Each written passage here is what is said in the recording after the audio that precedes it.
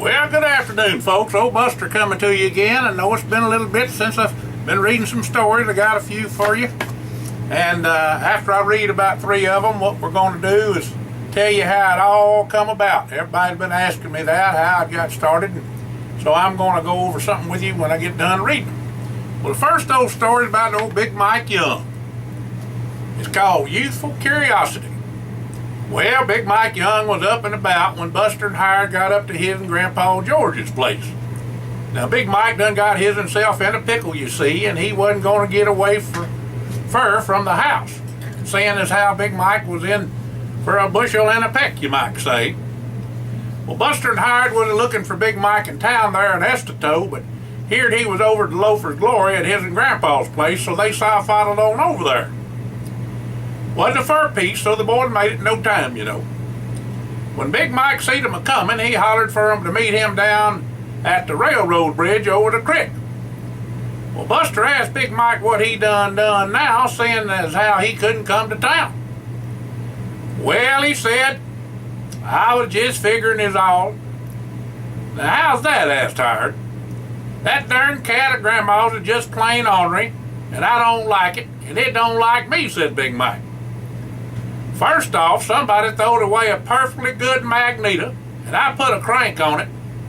Well, it was sure enough put a spark out, I tell you. I tried it out on myself, and it was a mite twitchy to a feller. Well, I went out on the front porch and was a-getting some kindling for the wood stove when I seed a mouse. I moved some of that kindling and seed the mouse run under some of it, and I catched the thing and hooked up a couple of copper wires to him. He let out a little squeak, but it didn't hurt him none too much. Well, after a couple of sparks on that mouse, that big old cat of Grandma's come a-running to get the mouse. He jumped on the mouse and got him in his mouth when I turned up the juice. I cranked that old magneto as fast as I could. Well, that darn cat took off like he'd been turpentine. He dropped that mouse. He wasn't hurt none at all, that mouse. And lit a blue streak right through Grandma's screen door. The cat, I'm saying. Tore a hole right through the bottom screen. Well, Buster asked Big Mike if he got his behind hand for that. Well, no, I didn't, but I got to stay here at the house for the weekend while Smaw and Pa was gone over the mountain. Well, Lordy, that boy's into something all the time. Big Mike, reckon we can help you by talking to your folks, because there's a new picture show playing with the Rocket Man. Well, I got an extra dime for a tooth, and I got some bottle money, so you don't have to worry none about no money, you know. Well, that ain't all I done, Big Mike said. You know, he was a little bit of a trickster and a prankster when he was a youngin'. Ain't much on it now, but he was then. I done found half a dozen of them old CO2 canisters they used in the mines for the headlights, you know. Somebody throwed them out on the side of the road down by the creek, and I picked them up. Figured they'd be good for something. I had an idea of using Ohio blue tip strike anywhere matches for powder and use 4 boxes Grandma used for starting the fire for cooking. Oh, that boy. I went out to the barn and scraped all the bluing off the matches and filled up 3 of those CO2 canisters. I found a 5-foot piece of 3/4-inch galvanized pipe in the barn and figured on that being my bazooka. Now, the CO2 canister fit perfectly in that pipe. Then I decided to try it out and see how good it would shoot, so I took a candle and lit it and put a match inside the canister to act like a fuse, and backed up to the candle with the pipe on my shoulder and lit the match fuse. Well, the canister shot out of the pipe like who'd have thought it, and was loud as thunder and shot a hole plumb through the barn wall. Ain't no rocket no better, I tell you. Well, I just knowed I'd probably be ended on that, but you know how it goes. Well, my thinking, I figured I could get me some of them Nazis at the train tracks, so I sidled on down there, and the train was parked right there on the tracks. Well, you know, Big Mike was a-playing in there about during the war, all that was. So that's why he said them Nazis, just letting y'all know what that meant. Like cowboys and Indians or whatever. Well, sir, I got the candle out and put in a canister in the pipe, figured one of them boxcars was full of them there Nazis, and I would skunk their hides good. Well, I fired off the canister, and you know what it done? No, says Buster and Hired. What did it do? Now, if it don't beat all, the canister went through both sides of that boxcar as pretty as you please. And they still. I see the dirt kick up when the canister come out that other side. Well, I figured if my bazooka done that good, it was a good idea to shoot another, because some of them Nazis might be in there. It done a body good to see my invention work as good as it done, so I shot another boxcar, and the canister went plumb through both sides of it too. But there weren't no Nazis in there though. Boy, said Big Mike, I had another little adventure, and that was a doozy too. Well, what now, says Buster. You got more devilment than a body can stand, says Hired.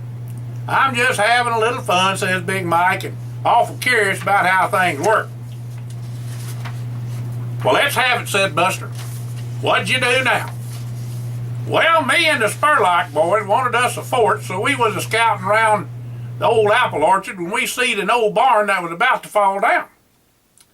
It had a big old door near about 12 foot by 14 foot, so we pulled it off and drug it to the apple orchard.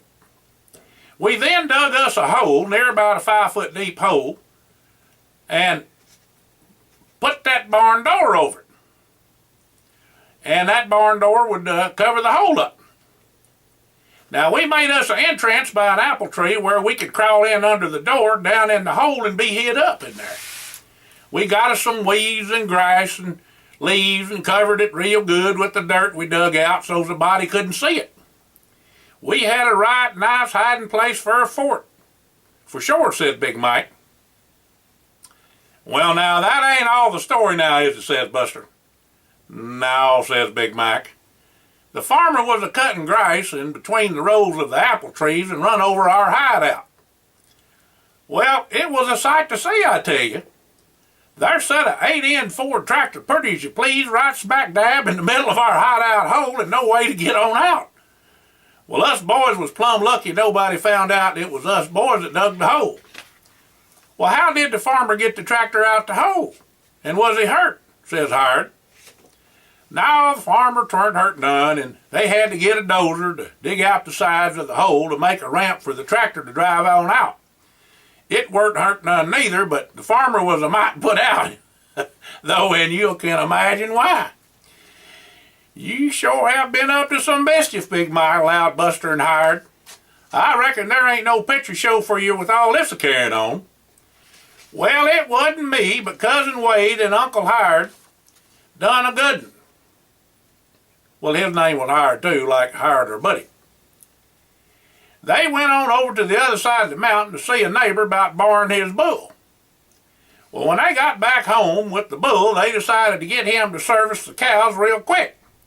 But the old bull wasn't cooperating none too good, so Uncle Hired reached down and got a hold of the bull's waterworks, and Wade grabbed Uncle Hired's hand and the electric fence at the same time. You think that didn't light up everybody's life with that bull? That old bull jumped straight up and then fell out on the ground. Well, it's funny. With his and eyes rolled back like wonder shades. Well, first off, Wade figured they done killed the bull, and Uncle Hired looked him over and said he was still breathing. Oh, me. Well, after a spell, the bull began to coming round. You couldn't get that bull interested in no cow, no way, so Wade and Uncle Hired took the bull back to the neighbor and told him they appreciated him loaning it to them. Well, about 2 weeks later, the neighbor seen Uncle Hired and Wade in town and asked him if anything was wrong with his and bull, and they folks told him no. He was fit as a fiddle far as they knowed. Well, the neighbor said he just couldn't figure it all out. That bull won't even go around a cow, let alone service her. Must be off of his and feed, I reckon. Guess I got to get the vet sometime this week. Well, see y'all at church on Sunday, and then he left on out. Never did find out about that bull and that electric fence. Well, let's just shoot some marbles, said Buster, since you got to stay put for a spell. If they take you to church on Sunday, we'll ease on over to the soda fountain at Leake's drugstore and visit with the rest of the boys before you have to go home. Maybe we can fetch you for the picnic down at the Clear Lake next Saturday if you want.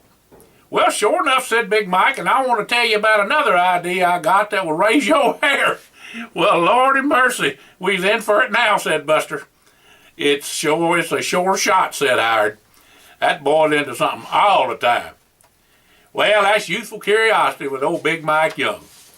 Well, folks, hope you like that little story. It's a little short one. It's old Buster signing out. Thank you. Have a blessed day.